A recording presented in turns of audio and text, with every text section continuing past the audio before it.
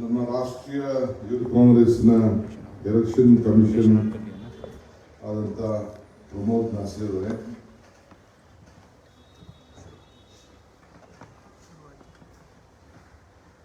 Youth ಕಾಂಗ್ರೆಸ್ನ ರಾಷ್ಟ್ರೀಯ ಕಾರ್ಯದರ್ಶಿಯಾದಂಥ ಸವರ್ಣ ಅವರೇ, ಪ್ರದೇಶ್ ಕಾಂಗ್ರೆಸ್ ರಿಟರ್ನಿಂಗ್ ಆಫೀಸರ್ ಅಂತ ಪ್ರಮೋದ್ ಕುಮಾರ್ ಅವರೇ, ನಮ್ಮ ವರ್ಕಿಂಗ್ ಕಮಿಟಿಯ ನಮ್ಮ ವರ್ಕಿಂಗ್ ಪ್ರೆಸಿಡೆಂಟ್ ಆದಂಥ ಮಂಜುನಾಥ್ ಭಂಡಾರಿ ಅವರೇ, ನಮ್ಮ ಪೊಲಿಟಿಕಲ್ ಸೆಕ್ರೆಟರಿ ದೀಪಕ್ ತಿಮ್ಮಯ್ಯನವರೇ, ಎಲ್ಲ ಮಾಧ್ಯಮ ಮಿತ್ರರೇ, ಸ್ನೇಹಿತರೆ, ಇಡೀ ಭಾರತ ದೇಶದಲ್ಲಿ, ಇಡೀ entire country, Rajiv Gandhi started a great movement. When I was the Youth Congress district president, he had commented one thing: a leader is going to create leaders, not fathers. That is what his statement was there when I was the district Congress president 40 years back. Today, Rahul Gandhi has directed the Youth Congress to create new leaders because the country, ಇಡೀ ದೇಶದಲ್ಲಿ ಪಂಚಾಯತಿಯಿಂದ parliament ನಾಯಕರುಗಳು ಬೇಕು. ಆ ನಾಯಕರುಗಳಿಗೆ ಒಂದು ಜವಾಬ್ದಾರಿ ಇರಬೇಕು. ಆ ದೃಷ್ಟಿಯಿಂದ ಬ್ಲಾಕ್ ಮಟ್ಟದಲ್ಲಿ, ಡಿಸ್ಟ್ರಿಕ್ಟ್ ಮಟ್ಟದಲ್ಲಿ, ರಾಜ್ಯ ಮಟ್ಟದಲ್ಲಿ ಯಾರೇ ಆಗಲಿ ಯುವಕರು ನಾಯಕರಾಗಬೇಕು ಅಂದರೆ ನಾಯಕತ್ವದ ಗುಣವನ್ನು ಹೊಂದಿಕೊಂಡು ಚುನಾವಣಾ ಕಣದಿಂದನೇ ಅವರು ನಾಯಕರಾಗಬೇಕು, ಈ ನಾಮಿನೇಷನ್ ಪ್ರೋಸೆಸ್ ಬೇಡ ಅನ್ನೋದನ್ನು ಮನಗೊಂಡು ಅವರು ನಮ್ಮ NSUನಲ್ಲಿ, ಯೂತ್ ಕಾಂಗ್ರೆಸ್ನಲ್ಲಿ ಎರಡು ಕಡೆಯೂ ಕೂಡ ಅವರು ನಾಯಕರನ್ನು ತಯಾರು ಮಾಡಬೇಕು ಅಂತೇಳಿ ಆದೇಶವನ್ನು ಕೊಟ್ಟಿದ್ದಾರೆ. ನಮ್ಮ ಪಕ್ಷದಲ್ಲಿ ಯೂತ್ ಕಾಂಗ್ರೆಸ್ಗೆ ಎಲೆಕ್ಷನ್ ಕಮಿಷನ್ ಯಾವ ರೀತಿ ಕೇಂದ್ರ ಎಲೆಕ್ಷನ್ ಕಮಿಷನ್ ಇದೆ, ರಾಜ್ಯ ಕಮಿಷನ್ ಇದೆ, ಅದೇ ದೃಷ್ಟಿಯಲ್ಲಿ ಇವತ್ತು ನಮ್ಮ ಪಕ್ಷದಲ್ಲೂ ಕೂಡ ಚುನಾವಣೆಯನ್ನು ನಡೆಸಲಿಕ್ಕೆ ಒಂದು ಸಿದ್ಧತೆಯನ್ನು ನಾವು ಮಾಡಿಕೊಂಡಿದ್ದೇವೆ. ಸೊ ಯೂತ್ ಕಾಂಗ್ರೆಸ್ ಅವರು ಪ್ರತಿ 3 ವರ್ಷ 4 ವರ್ಷಕ್ಕೊಮ್ಮೆ ಹೊಸ ಮೆಂಬರ್ನ ಎನ್ರೋಲ್ ಮಾಡಿ ಆ ಮೆಂಬರ್ ಆದಂಥವ್ರಿಗೆ ಮತವನ್ನು ಹಾಕಿಸುವಂಥ ಒಂದು ಪದ್ಧತಿಯನ್ನು ನಾವು ಪ್ರಾರಂಭವನ್ನು ಮೊದಲಿಂದ ಕೂಡ ನಾವು ಮಾಡಿಕೊಂಡು ಬಂದಿದ್ದೇವೆ. ಸೊ ಇಡೀ ರಾಷ್ಟ್ರ ಮಟ್ಟದಲ್ಲೇ ಹೊಸ ನಾಯಕರನ್ನ ಹುಡುಕಿ ಮುಂದಕ್ಕೆ ನಾಯಕರನ್ನ ತಯಾರು ಮಾಡಲಿಕ್ಕೆ ಈ ಆಂತರಿಕವಾದಂಥ ಇಂಟರ್ನಲ್ ಎಲೆಕ್ಷನ್ಸನ್ನು ಇವತ್ತು ನಾವು ಮಾಡಲಿಕ್ಕೆ, ನಾವು ಪಕ್ಷದ ಒಳಗಡೆ ಮಾಡಲಿಕ್ಕೆ ಹೊರಟಿದ್ದೇವೆ. ಸೊ ಇದು ಈಗಿಂದ ಇವತ್ತಿಂದ ಮೆಂಬರ್ಶಿಪ್ಪು, ಎನ್ರೋಲ್ಮೆಂಟು ಪ್ರಾರಂಭ ಆಗ್ತಾ ಇದೆ. ಸೊ ಎಲ್ಲರೂ ಕೂಡ ಯಾರು ಮೆಂಬರ್ ಆಗಬೇಕು ಅಂತ ಬಯಸ್ತಾರೆ ಅವರು ಆನ್ಲೈನಲ್ಲೇ ದೇಶಕ್ಕೆ ಓನ್ಲಿ ಆನ್ಲೈನ್. ಈಗ ಪ್ರತಿಯೊಂದು ಕೂಡ ಹಳ್ಳಿಲಿ ಎಲ್ಲರಲ್ಲೂ ಫೋನ್ ಇದೆ, ಆಂಡ್ರಾಯ್ಡ್ ಫೋನ್ ಇದೆ, ನಾರ್ಮಲ್ ಫೋನ್ ಇದೆ. ಸೊ ಎಲ್ಲರಲ್ಲೂ ಕೂಡ ಐಡೆಂಟಿಫಿಕೇಶನ್ ಇದೆ. ಇಟ್ಕೊಂಡು ಯಾರು ಕೂಡ ಬೋಗಸ್ ಮೆಂಬರ್ಶಿಪ್, ಈಗ ಹೆಂಗೆ ಪ್ರತಿಯೊಂದು ಹಳ್ಳಿಲಿ ಯಾವ ಸ್ಕೀಮ್ಗೂ ಕೂಡ ಆನ್ಲೈನಲ್ಲೇ ನಾವು ಅರ್ಜಿ ತೆಗೆದುಕೊಳ್ಳೋದು, ಇದೆಲ್ಲ ಮಾಡೋದು ಎಲ್ಲ ಕೂಡ ನಾವು ಮಾಡ್ತಾ ಇದ್ದೇವೆ. ಸೊ ಹಳ್ಳಿಲೆಲ್ಲ ಪ್ರಜ್ಞಾವಂತ ಯುವಕರೆಲ್ಲ ಇದ್ದಾರೆ. ಆ ದೃಷ್ಟಿಯಿಂದ ಇವತ್ತು ನಮ್ಮ ಪಕ್ಷದಲ್ಲೂ ಕೂಡ ಆನ್ಲೈನ್ ಮೆಂಬರ್ಶಿಪ್ ಮಾಡುವಂಥ ಒಂದು ಅವಕಾಶ ಇದೆ. ಆನ್ಲೈನ್ ಮೆಂಬರ್ಶಿಪ್ ಮಾಡೋ ಜೊತೆಗೆ ಅವನು ಯಾರು ಬ್ಲಾಕ್ ಅಧ್ಯಕ್ಷ ಬೇಕಾ, ಯಾರು ಡಿಸ್ಟ್ರಿಕ್ಟ್ ಪ್ರೆಸಿಡೆಂಟ್ ಬೇಕಾ, ಯಾರು ರಾಜ್ಯ ಅಧ್ಯಕ್ಷ ಬೇಕಾ, ಹಾಗೆ ಅವನು ಮತವನ್ನು ಚಲಾಯಿಸುವಂಥ ಒಂದು ಅವಕಾಶ ಕೂಡ ನಾವು ಮಾಡಿದ್ದೇವೆ. ಒಬ್ಬರಿಗೆ 6 ಜನರಿಗೆ ಮತ ಹಾಕಲಿಕ್ಕೆ ಅವಕಾಶ ಇರ್ತದೆ. 6 members votes at a time. 1 for the president, 1 for the office bearer of the state level, 1 for the district president, 1 for the block president, and assembly general secretary. So ಇದು ಪ್ರಾರಂಭ ಆಗ್ತದೆ. ಇಲ್ಲಿ 12.5% ಅವರು ರಿಸರ್ವೇಷನ್ ಕೂಡ ಇದೆ. ಆಲ್ಮೋಸ್ಟ್ 5 ಡಿಸ್ಟ್ರಿಕ್ಟ್ಸ್ ಅಲ್ಲಿ reservation ಕೂಡ ಯಾವ ಕ್ಯಾಟಗರಿ ಮಾಡಬೇಕು ಅಂತೇಳಿ ಇದೆ. ಮಹಿಳೆಯರಿಗೆ ರಿಸರ್ವೇಷನ್ ಇದೆ, SC/ST ರಿಸರ್ವೇಷನ್ ಇದೆ, ಮೈನಾರಿಟೀಸ್ ರಿಸರ್ವೇಷನ್ ಇದೆ. ನಮ್ಮ ಪಕ್ಷದಲ್ಲಿ ಕೂಡ ಅವರು ಆಯ್ಕೆ ಮಾಡಬೇಕಾದ್ರೆ ಮಹಿಳೆ ಯಾರು ಬೇಕು, SC/ST ಯಾರು ಬೇಕು, ಜನರಲ್ ಕ್ಯಾಟಗರಿ ಏನು, ಅದೆಲ್ಲ ಕೂಡ ಇದೆ. ನಾನು ನಿಮಗೆ ಡೀಟೇಲ್ ಆಗಿ ಮಾಡ್ತಾ ಇದ್ದೇವೆ. ಈ ಮೆಂಬರ್ಶಿಪ್ನ ಓಪನ್ ಟ್ರಾನ್ಸ್ಪರೆಂಟ್ ವೇನಲ್ಲಿ ಈ ಮೆಂಬರ್ಶಿಪ್ಪು ಆಗ್ತದೆ. ಅವರ ಫೇಸ್ ರೀಡಿಂಗ್ ಕೂಡ ಆಗ್ತದೆ. ನಾವು ಯಾರು ಕೂಡ ಬೇರೆಯವ್ರು ತೆಗೆದುಕೊಂಡು ಬೇರೆಯವ್ರ ಮೇಲೆ ಫೋನ್ ತೆಗೆದುಕೊಂಡು ಅವನು ಮಾಡಲಿಕ್ಕೆ ಸಾಧ್ಯ ಇಲ್ಲ. ಅವನು ಮೆಂಬರ್ ಆಗಬೇಕಾದ್ರೆ ಅವನ ಫೇಸ್ ಐಡೆಂಟಿಫಿಕೇಶನ್ ಆಗಬೇಕು. ಅದಕ್ಕೆಲ್ಲ ಆರ್ಟಿಫಿಷಿಯಲ್ ಇಂಟೆಲಿಜೆನ್ಸ್ ಅಲ್ಲಿ IT ಇದನ್ನೆಲ್ಲ ಕಂಪ್ಲೀಟ್ ಅದನ್ನು ಸ್ಕ್ಯಾನ್ ಮಾಡಿ ಪ್ರತಿಯೊಬ್ಬರದು ಮೆಂಬರ್ಶಿಪ್ ತೆಗೆದುಕೊಂಡು ಮತ್ತು ಅವನು ವೋಟ್ ಹಾಕೋದು ಕೂಡ ಅಲ್ಲಿರ್ತದೆ. ಯಾರು ಮೆಂಬರ್ ಆಗ್ತಾನೆ ಅವತ್ತೇ ಅವನ ಮತ ಕೂಡ ಮುಂದಕ್ಕೆ ಯಾರು ಅವನಿಗೆ ಪಕ್ಷದ ಅಧ್ಯಕ್ಷ ಬೇಕು ಅಂತೇಳಿ ಅವನ್ನ ಆಯ್ಕೆ ಮಾಡ್ಕೊಳ್ಳುವಂಥದ್ದು, ಸೆಕ್ರೆಟರಿ ಯಾರು ಬೇಕು ಅಂತ ಆಯ್ಕೆ ಮಾಡ್ಕೊಳ್ಳುವಂಥದ್ದು. ಸೊ ಅಂತ ಅವಕಾಶಗಳಿದೆ. ಫಸ್ಟ್ ಬಂದವನಿಗೆ ಅಧ್ಯಕ್ಷ ಸ್ಥಾನ ಇರ್ತದೆ, ಸೆಕೆಂಡ್ ಬಂದವನಿಗೆ ವೈಸ್ ಪ್ರೆಸಿಡೆಂಟ್ ಇರ್ತದೆ. ಆ ಒಂದು ಪದ್ಧತಿ ಮೇಲೆ ಈ ಒಂದು ಎಲೆಕ್ಷನ್ ಅನ್ನು open, free and fair, transparent ಅಲ್ಲಿ ಮಾಡಲಿಕ್ಕೆ ಒಂದು ಅವಕಾಶ ಇದೆ. ಸೊ ಎವ್ರಿ ಡಿಸ್ಟಿಕ್ಗೂ ಒಬ್ಬ ರಿಟರ್ನಿಂಗ್ ಆಫೀಸರ್ ಇರ್ತಾರೆ, ಝೋನಲ್ ಅಲ್ಲಿ ಒಂದು ರಿಟರ್ನಿಂಗ್ ಆಫೀಸರ್ಸ್ ಇರ್ತಾರೆ. ಸೊ ಆ ರೀತಿ ಮಂಡಲ ಲೀಡರ್ಸ್ ಫ್ರಮ್ ಮಂಡಲ ಅಂದರೆ ಪಂಚಾಯತಿ, ಅಸೆಂಬ್ಲಿ, ಡಿಸ್ಟ್ರಿಕ್ಟು, ಸ್ಟೇಟ್ ಲೆವೆಲ್ ಎಲ್ಲ ಕಡೆ ಇದನ್ನ ಪ್ರಾರಂಭವನ್ನು ಮಾಡಲಿಕ್ಕೆ ಅವಕಾಶ ಇದೆ. ಈಗ ನಾಮಿನೇಷನ್ಸ್ನ July 21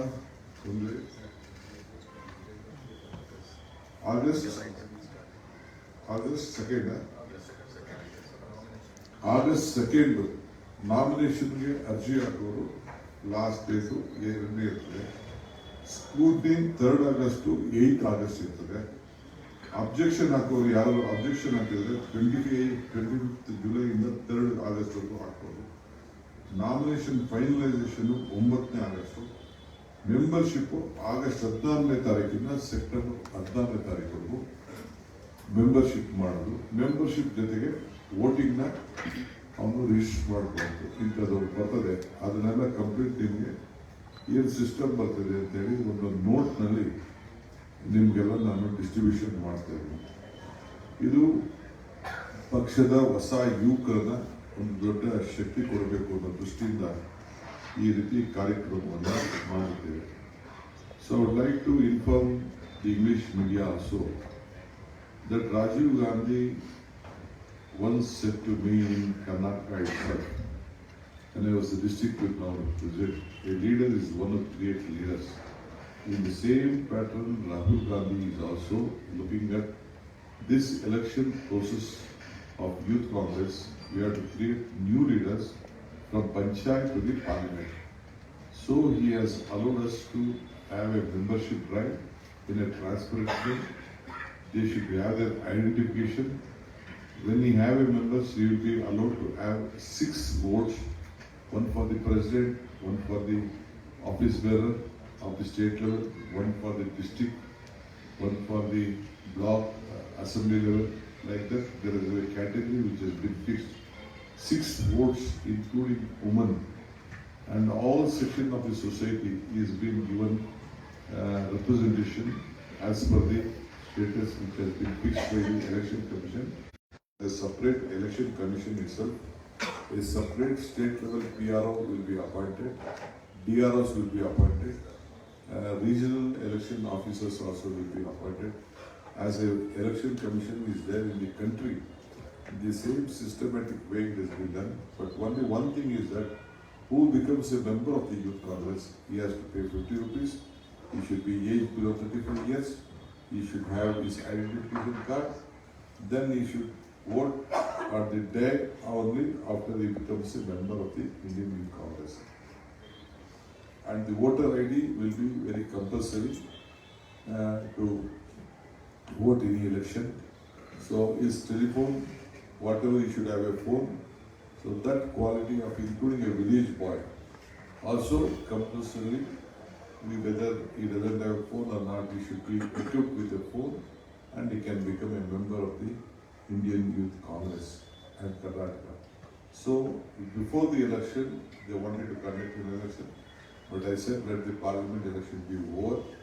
After that, we will take up with the exercise in the entire country. This election process of creating new leaders, building new leaders for the growth of our Congress party and the nation at large.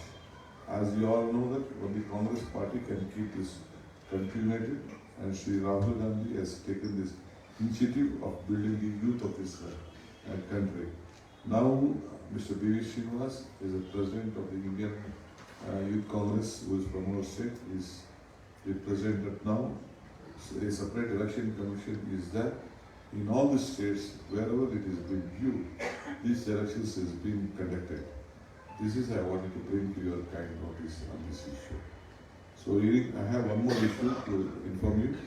On this election issue, if you have any clarification, I am ready to answer. Sir, you always prefer to the cadre. You always give importance to the cadre. And you said Congress should be a cadre party and it should become from the NSUI level it should grow up. But when it comes to this election, why this hurry bringing only August month for the membership and other things? Sir? Only 15 days gap has been given for membership and other things. They should be more active. Then you can become a member at any point of time. Congress party can become a member at any point of time. There is no bar in becoming a member. All 364. This is an election procedure. Internal party election, it is open. So there is a limit, almost 1 month time will be given for election. 1 month time will be, they should be, because all 24 days, 365 days, anyone can become a member. Who want to participate in the election and membership, voting is being given this 1 month strategy, which you can do it. This is a very big exercise. No other political party in the Indian democracy is exercising this type of option. So I'd like to thank the election commission of my party for conducting. It is if you go through the IYC app, there will be detailed issue on that. I will also send the entire information to you officially in our website. So the nomination has already started on 24th July. Since the assembly was going on, I could not come and do this one. So 2nd August will be the nomination, will be the ending. Now, why we did not invite our aspirants is, it is purely a fair election. They can be on the field, they can do anything. So, in order to join the Youth Congress movement, you have to, any queries, you can download the IYC app and you can know further details. ಯಾರಿಗಾರು ಈ youth ಕಾಂಗ್ರೆಸ್ನ election ಬಗ್ಗೆ ಮಾಹಿತಿ ಬೇಕು ಅಂದರೆ IYC app ಏನಿದೆ ಅದನ್ನು ನೀವು ಡೌನ್ಲೋಡ್ ಮಾಡಿ ಎಲೆಕ್ಷನ್ಗೆ ಹೋದರೆ ನೀವು ಮೆಂಬರ್ಶಿಪ್ ಹಾಕೋದು, ವೋಟ್ ಹಾಕೋದು, ಯಾರಿಗೆ ವೋಟು, ಯಾವ reservation. Some area has been reserved, some district presidents also, places have been identified and reserved as per the norms, as per the category which is been decided internally on the rotation basis of the party. ಆಂತರಿಕ ಚುನಾವಣೆ ಜಾರಿ ತಂದ್ಮೇಲೆ ಆಂತರಿಕ ಚುನಾವಣೆ ಜಾರಿ ತಂದ್ಮೇಲೆ ಗೆದ್ದ ಮತ್ತೆ ಸೋತ ಅಭ್ಯರ್ಥಿಗಳ ನಡುವೆ ಗುಂಪುಗಾರಿಕೆ ಜಾಸ್ತಿ ಆಗಿ ನೋಡಿ ಇದು ಹೆಂಗಿದೆ ಅಂತಂದ್ರೆ ಫಸ್ಟ್ ಯಾರು ಓಟ್ ತಗೊಳ್ತಾರೆ ಅವನು ಪ್ರೆಸಿಡೆಂಟ್ ಇರ್ತಾನೆ. ಎರಡನೇ ಓಟ್ ತಗೊಂಡವನು vice president more vote, you will the highest vote man will be the youth will be the president. Suppose you take 1 lakh vote, if the other man takes 90,000 vote, 1 lakh vote who wins will be the president. 90,000 vote will be the vice president. So all of them there will be category. 5, suppose some how many vice presidents take?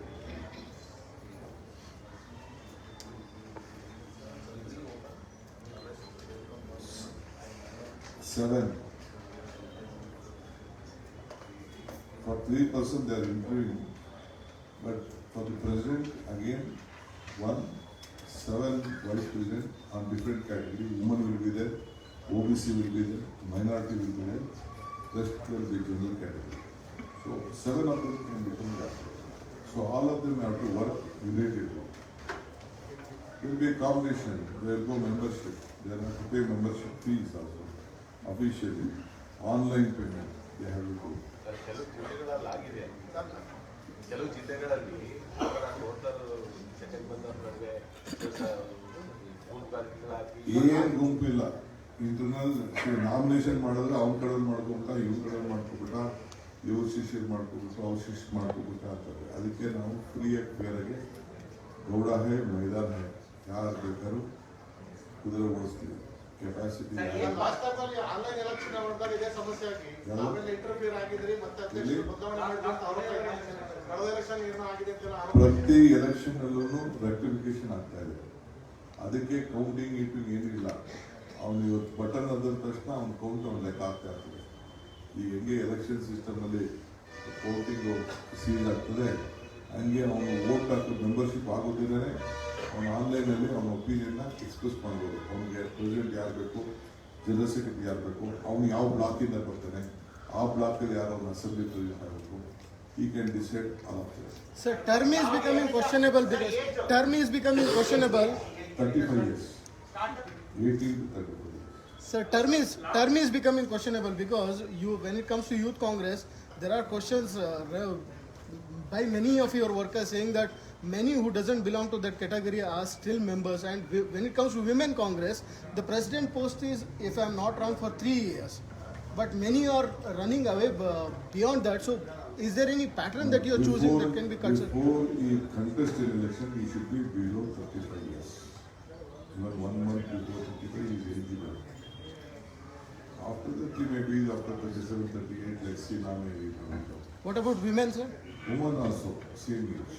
But many of your president have already crossed that term of 3 years now of many president. of them can't. And who wanted to become a president or the office level should be in the block level or state level or the NSC. No others can contest the election directly. Suppose some other boys who are not a political member of a party, he can't become a president of a management. I can't bring someone from the BJP and make him the president of the party. He may be so strong. First he should become a member. Then after he become involved in an office level, then he can contest an election. Can any women be given priority, sir, this time? No, reservation is for women. Women. For president post. ಬೆಳಿಬೇಕು ಅಂತ ಹೇಳಿ ಹೇಳ್ತಿದ್ದೀರಿ. ಈ ಚುನಾವಣೆಯಲ್ಲೂ ಮತ್ತೆ ಶಾಸಕರ ಮಕ್ಕಳು minister ಮಕ್ಕಳು ಸ್ಪರ್ಧೆ ಮಾಡಿ ಅವರೇ ಗೆಲ್ತಾರೆ. ಅದಕ್ಕೊಂದು ನಿಯಮ ಮಾಡಿದ್ದಾರೆ. ಎಲ್ಲ MLA ಮಕ್ಕಳು ಸ್ಪರ್ಧೆ ಮಾಡಬಾರ್ದು, ಸರ್ಕಾರದ ಮಕ್ಕಳು ಸ್ಪರ್ಧೆ ಮಾಡಬಾರ್ದು ಅಂದ್ರೆ ಶ್ರೀನಿವಾಸ್ ಅವರು ಒಬ್ಬರೇ sir.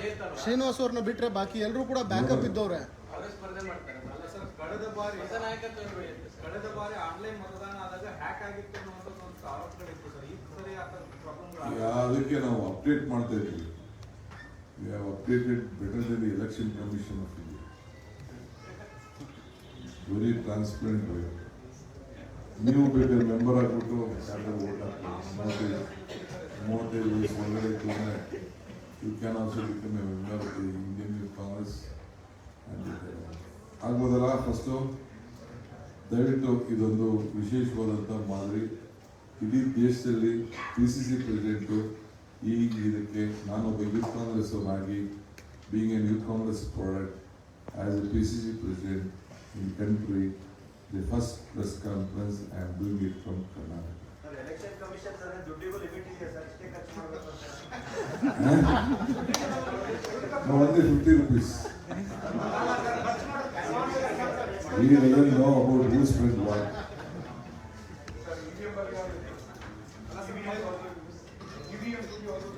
Huh? No, he is voting at the time of becoming member only, in putting the press on the app. Whether to vote for you, whether to vote for the next time. Sir ಪಾದಯಾತ್ರೆ ಮಾಡೋದೇನಾದ್ರೂ ಇದೆಯಾ sir? Okay, number 2, second thing.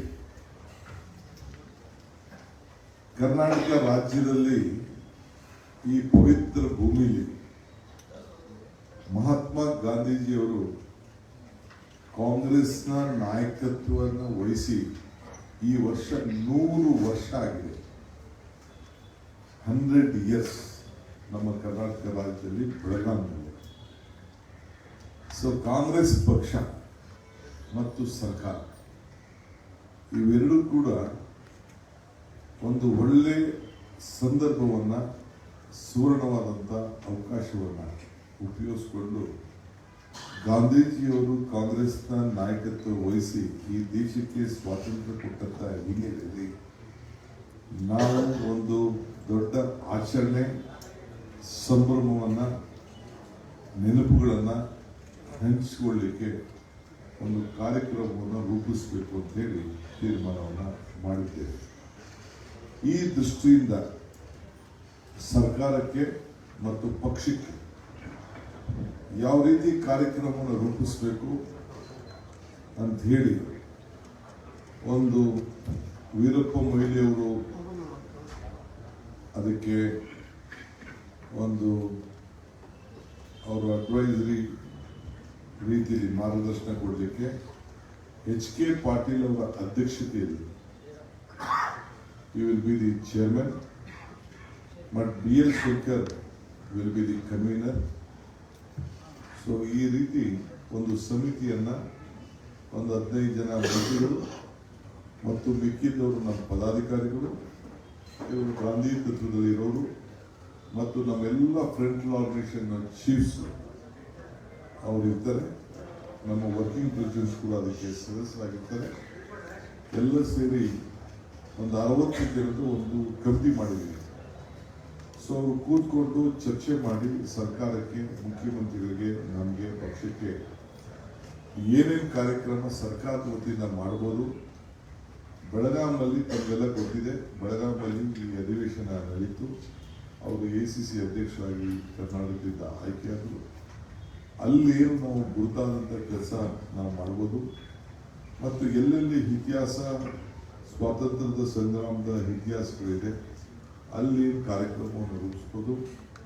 ನಮ್ಮ ಹೊಸ ಪೀಳಿಗೆಗೆ, ನಮ್ಮ ಮಕ್ಕಳಿಗೆ, ನಮ್ಮ ಯುವಕರಿಗೆ, ನಮ್ಮ ಹೆಣ್ಮಕ್ಳಿಗೆಲ್ಲ ಏನೇನು ವಿಚಾರಗಳನ್ನು ಮಂದಟ್ಟು ಮಾಡಿಕೊಡ್ಬೇಕು ಅನ್ನೋ ದೃಷ್ಟಿಯಿಂದ ಕಾಂಗ್ರೆಸ್ ಪಾರ್ಟಿ ಒಂದು ಕಾರ್ಯಕ್ರಮವನ್ನು ರೂಪಿಸ್ತಾ ಇದೆ.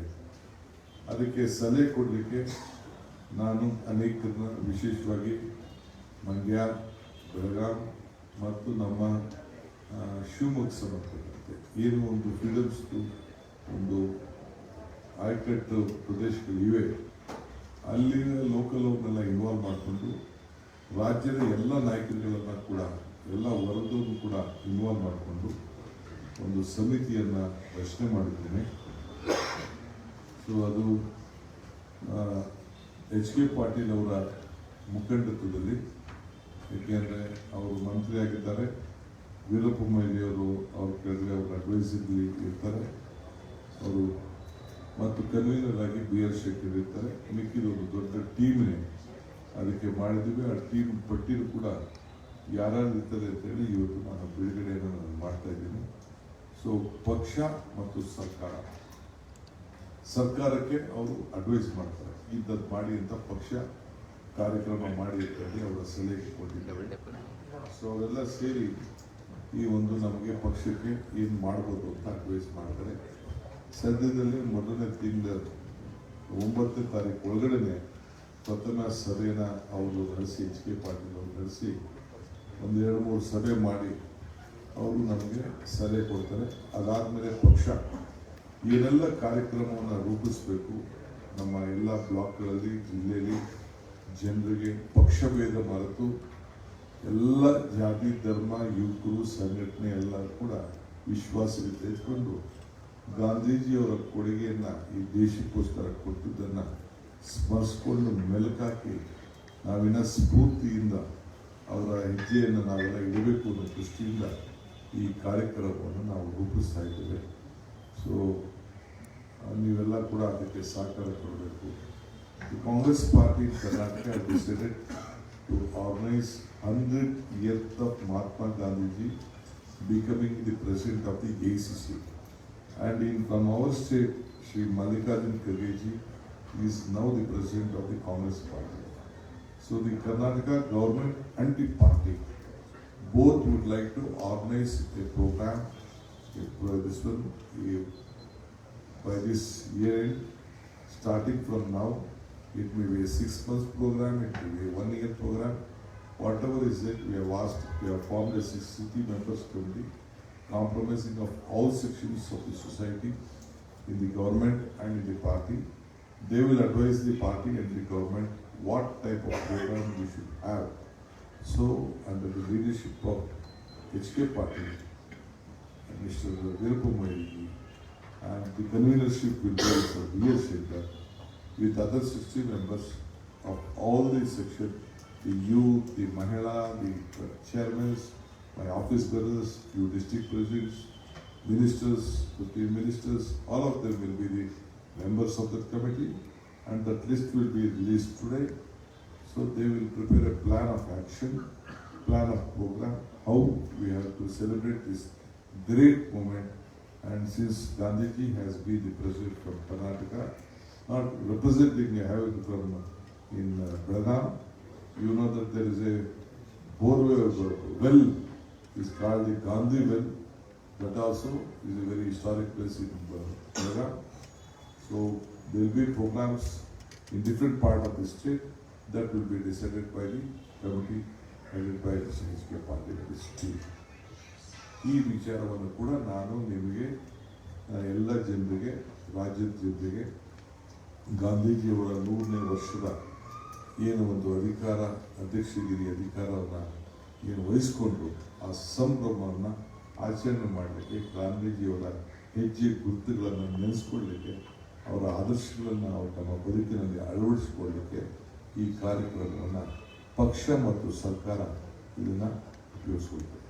Sir, after 2 days of long-term protest by BJP in the assembly session, now they are planning to walk from Bengaluru to Mysuru on Padayatra, JDS and BJP. How you see this, sir? ಮೊದಲು English ಹೇಳ್ಬಿಡಿ sir. ಏನೇಳಿ Kannada Sir, Padayatra, BJP and JDS both are planning to do Padayatra, sir, on Muda issue. ಅವರು ತೋಡ್ಕೊಂಡಿರುವಂಥ ಬಾವಿಗೆ ಅವರು ಬೀಳಕ್ಕೆ ಹೊರಟಿದ್ದಾರೆ. ಇದು suicide. ಈಗ ಹೆಂಗೆ ನಾವೇ ಇನ್ವೆಸ್ಟಿಗೇಷನ್ ಮಾಡ್ತಾ ಇದ್ದಂಥ SIT ಮಾಡಿಬಿಟ್ಟು ಏನು ವಾಲ್ಮೀಕಿದು ಎನ್ಕ್ವೈರಿ ಮಾಡ್ತಾ ಇದ್ರು, ನಾವೇ ಆಫೀಸರ್ಸ್ ತಪ್ಪು ಮಾಡಿದ್ದಾರೆ ಅಂತ ಗೊತ್ತಾದ ತಕ್ಷಣ ನಾವೇ ಕೇಸ್ ರಿಜಿಸ್ಟರ್ ಮಾಡಿ SIT ಮಾಡಿ ಮಾಡ್ತಾ ಇದ್ವಿ. 89 ಕೋಟಿ, ಅದನ್ನು 180 ಕೋಟಿ ಅಂತ ಅದನ್ನು ಬಿಂಬಿಸ್ತಾರೆ, 189 ಕೋಟಿ ಅಂತ ಬಿಂಬಿಸ್ತಾರೆ. ನಾವೇ ಅರೆಸ್ಟ್ ಮಾಡಿಸಿದ್ವಿ. ಅವ್ರ ಪ್ರಚಾರ ತೆಗೆದುಕೊಳ್ಳಿಕ್ಕೆ ಬೇರೆ ಬೇರೆ ಏಜೆನ್ಸಿನ ಕರ್ಕೊಂಡು ಬಂದು ಮಾಡಿ ನಮ್ಮವ್ರಿಗೆಲ್ಲ ಕಿರುಕುಳ ಕೊಡಲಿಕ್ಕೆ ಪ್ರಯತ್ನ ಮಾಡ್ತಾರೆ. ಅವ್ರು ಮಾಡಲಿ, ಕಾನೂನು ಪ್ರಕಾರ ಮಾಡಿದ್ವಿ. ಈಗ ಅದರಿಂದ ಏನಾಯಿತು, ನಾವು ಅಲೋ ಮಾಡಿದವು, ವಿ ಅಲೋಡ್ ದೆಮ್, ಎಸ್ ನಾವೇನು ತಪ್ಪು ಮಾಡಿಲ್ಲ, ಆಫೀಸರ್ಸ್ ಮಾಡಿದ್ದಾರೆ. ಯಾರೇ ತಪ್ಪಿಸಿದ್ರು ಕೂಡ ಅದನ್ನು ನಾವು ಶಿಕ್ಷೆ ಮಾಡಬೇಕು ಅನ್ನೋ ದೃಷ್ಟಿಯಿಂದ ಅವ್ರಿಗೆ ಕ್ರಮ ಕೈಗೊಳ್ಳಿ ಅಂತ ಹೇಳಿ ಅಲೋ ಮಾಡಿದ್ರು. ಮುಖ್ಯಮಂತ್ರಿಗಳು ಉತ್ತರ ಕೊಡೋಕ್ಕೆ ಅವರು ಬಿಡದೆ ಹೋದರು.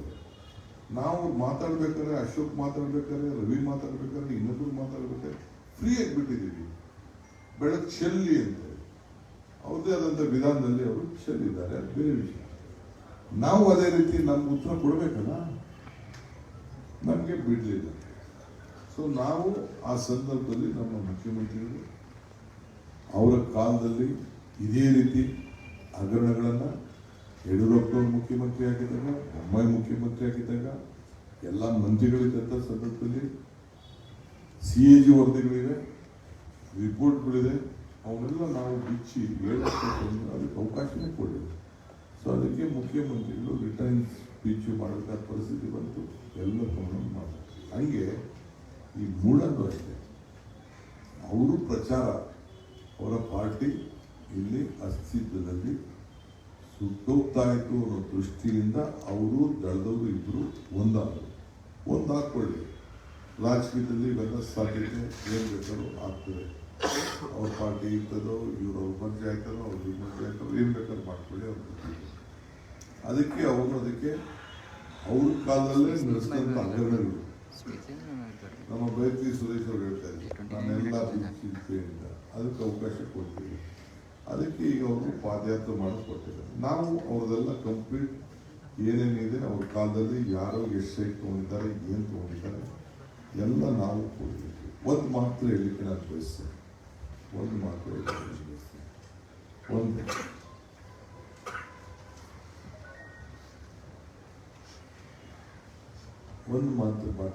ನಾನು ಬಯಸ್ತೇನೆ.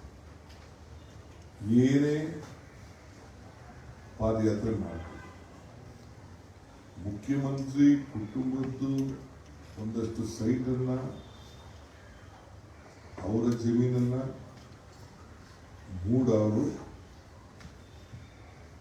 ಕಬಳಿಸ್ಕೊಂಡಿದ್ದಾರೆ. They have encroach. ಅದನ್ನ ನೋಟಿಫಿಕೇಶನ್ ಮಾಡ್ಕೊಂಡಿಲ್ಲ. ಹಿಂದೆ ಯಾರೋ ನೋಟಿಫಿಕೇಶನ್ ಜಮೀನನ್ನ ಡಿನೋಟಿಫೈ ಮುಗಿದೋಗಿದೆ. ಅದಾದ್ಮೇಲೆ ಅವ್ರ ಕುಟುಂಬದವ್ರು ಯಾರೊಬ್ರು ಬೈ ಮಾಡಿದ್ದಾರೆ. ಒಂದು ಹೆಣ್ಮಗಳಿಗೆ ಕುಂಕುಮಕ್ಕೆ ದಾನ ಮಾಡಿದ್ದಾರೆ. ಮೂಡಾರವರು ಆ ಹೇಳದೆ ಕೇಳದೆ ಅನ್ಕ್ರೋಚ್ ಮಾಡ್ಕೊಂಡಿದ್ದಾರೆ. ಅದಕ್ಕೆ ಒಂದು ರೆಸಲ್ಯೂಷನ್ ಮಾಡಿಕೊಂಡು ಸರ್ಕಾರದಲ್ಲಿ ಒಂದು ನಿಯಮ ಇದೆ, ಯಾವುದಾದ್ರು ರಸ್ತೆಗೆ ಯಾವುದಾದ್ರು ವಿಚಾರಕ್ಕೆ ನೋಟಿಫಿಕೇಶನ್ ಆದರೆ, ಅಕ್ವಿಷನ್ ಆದರೆ ತೆಗೆದುಕೊಂಡಿದ್ರೆ ಅವ್ರಿಗೆ ಪರಿಹಾರ ಕೊಡಬೇಕು, ಸಮಾನವಾದ ಪರಿಹಾರ ಕೊಡಬೇಕು ಅಂತೇಳಿ ನಿಯಮ ಇದೆ. ಕೆಲವು ಕಡೆ 50-50 ಕೊಡ್ತಾರೆ, ಕೆಲವು 100% ಕೊಡ್ತಾರೆ, ಕೆಲವು 30% ಕೊಡ್ತಾರೆ. ಇದೆ ಆ ರೀತಿ ಅವರು ಕೇಳಿಕೊಂಡು ಕಾರ್ಪೊರೇಷನ್ ಅವರು ಮೂಡವರು ಇಬ್ಬರು ಕೂಡ ಒಳವಡಿಕೆ ಮಾಡಿಕೊಂಡು ಅವ್ರಿಗೆ 50-50 ಸೈಟ್ ಕೊಟ್ಟಿದ್ದಾರೆ. ಇಲ್ಲೇ ಕೊಡಬೇಕು ಅಂತ ಅವ್ರೇನು ಕೇಳಿಲ್ಲ, ಅವ್ರು ಕೊಟ್ಟಿದ್ದಾರೆ. ಅವ್ರು ಇಷ್ಟ ಆಗಿದೆ. ಇದೇನು ಯಾರು ಆಸ್ತಿಗೂ ಇವರು ಏನು ಹೋಗಿರಲಿಲ್ಲ. BJPಯವರು ಗೌರ್ಮೆಂಟ್ ಇದ್ದಾಗ ಇದು ಸುಮಾರು 100 ಸೈಟ್ಗಳು ತೆಗೆದುಕೊಂಡಿದ್ದಾರೆ. ಇವರು ಬೇರೆಯವರು ಏನು ತೆಗೆದುಕೊಂಡಿದ್ದಾರೆ ಅಂತ ನಾನು ಮಾತಾಡಕ್ಕೆ ಹೋಗೋದಿಲ್ಲ. ಸಂಬಂಧಪಟ್ಟಂಥ ಮಂತ್ರಿಗಳು ಅದನ್ನು ಮಿತಿ ಮಾತಾಡ್ತಾರೆ. ನಾನು ಇನ್ಫಾರ್ಮೇಷನ್ ನಾನು ತೆಗೆದುಕೊಳ್ತಾ ಇದ್ದೇನೆ. ಇವರು ವಿಚಾರ ತಗೊಂಡಿದ್ದಾರೆ. ಇವರು ಯಾವುದು ಇವ್ರ ಆಸ್ತಿಗೆ ಇವ್ರು ಕೇಳಿದ್ದಾರೆ, ನಮ್ಮ ಆಸ್ತಿ ತಗೊಂಡ್ಬಿಟ್ಟಿದ್ದೀರಿ ನೀವು, ನಮ್ಮ ಪರಿಹಾರ ಕೊಡಿ. ಪರಿಹಾರನ ಬೇರೆ ಅವ್ರಿಗೆ ಇಚ್ಛೆ ಪಟ್ಟಂಥ ಲೆವೆಟ್ನಲ್ಲಿ ಅವರೇ ಆಫರ್ ಮಾಡಿ ಇವರಿಗೆ ಕೊಟ್ಟಿದ್ದಾರೆ. ಅಷ್ಟು ಬಿಟ್ಟರೆ ಕಾನೂನು ಚೌಕಟ್ಟಿನಲ್ಲೇ ಎಲ್ಲ ನಡೆದಿದೆ. ಇಲ್ಲಿ ಯಾವ ಹಗರಣ, ಇದು 2 ವರ್ಷದಿಂದಲೇ ಪೇಪರ್ಗಳೆಲ್ಲ ಬಂದಿದೆ. ಈಗ ಮುಖ್ಯಮಂತ್ರಿಗಳ ಹೆಸರಿಗೆ, ಅವರ ಪಾಪ್ಯುಲಾರಿಟಿಗೆ ಕೆಟ್ಟ ಹೆಸರು ತರಬೇಕು ಅನ್ನೋ ದೃಷ್ಟಿಯಿಂದ ಈ ರೀತಿ ಈ ಹಗರಣಗಳೆಲ್ಲ ತರಲಿಕ್ಕೆ ಪ್ರಯತ್ನ ಮಾಡ್ತಾರೆ. ಯಾಕೆಂದರೆ ಇಡೀ ದೇಶದಲ್ಲೇ ಇದು ಬಿಗ್ಗೆಸ್ಟ್ ಸ್ಟೇಟ್ ಕಾಂಗ್ರೆಸ್ ಪಾರ್ಟಿ ಇರೋಂಥದ್ದು. ಅವರು ಪಾರ್ಲಿಮೆಂಟಲ್ಲೆಲ್ಲ ಈ ಸೀಟ್ ಬರ್ತದೆ ಇಡೀ ದೇಶದಲ್ಲಿ ಅಂತ ಎಕ್ಸ್ಪೆಕ್ಟ್ ಮಾಡಲಿಲ್ಲ.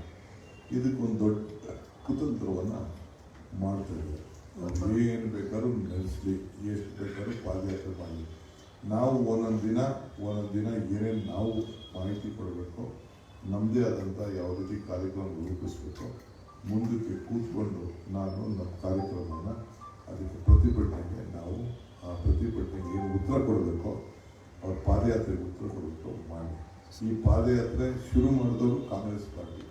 ಮಹಾತ್ಮ ಗಾಂಧೀಜಿ ನಮಗೆಲ್ಲ ಪಿತಾಮಹ. ಅವ್ರ ಕಾಲದಿಂದ ಶುರು ಮಾಡಿ ಭಾರತ್ ಜೋಡೋ ಇಡೀ ದೇಶದಲ್ಲಿ ನಮ್ಮ ನಾಯಕರುಗಳು ಮಾಡಿದ್ದಾರೆ. ನಾವು ಇಲ್ಲಿ ಕರ್ನಾಟಕ ರಾಜ್ಯದಲ್ಲಿ ಮಾಡಿದ್ದೀವಿ, ಬಳ್ಳಾರಿ ನಡೆದಿದ್ದೀವಿ, ಬೆಂಗಳೂರಲ್ಲಿ ಮೇಕೆದಾಟಿಂದ ಬೆಂಗಳೂರು ನಡೆದಿದ್ದೀವಿ, ಈ ಭಾರತ್ ಜೋಡೋ ಯಾತ್ರೆ ಕನ್ಯಾಕುಮಾರಿಯಿಂದ ಕಾಶ್ಮೀರ ಗಂಟ ನಡೆದಿದ್ದೀವಿ. ಇವೆಲ್ಲ ನಮ್ಮ ಸೊತ್ತು, ನಮ್ಮ ಪೇಟೆಂಟ್. ಅದನ್ನು ಅವರು ಬಳಸ್ಕೊಳ್ಳಿಕ್ಕೆ ಪ್ರಯತ್ನ ಮಾಡ್ತಾ ಇದ್ದಾರೆ. ಸರ್ ಇಂಗ್ಲೀಷ್ ಅಲ್ಲ ಸೊ ಬಿಜೆಪಿಯವರೇ ಹಗರಣಗಳ ಸರ್ದಾರು, ಅದನ್ನು ಅವ್ರದ್ದೆಲ್ಲ ಬಿಚ್ಚಿಡ್ತೀವಿ ಅನ್ನೋ ದೃಷ್ಟಿಯಿಂದ ಒಂದು ಪ್ರಯತ್ನ ಮಾಡ್ತಾರೆ. ಬಿಚ್ಚಿಡಕ್ಕೆ ಅವಕಾಶ ಕೊಡ್ತಾರೆ.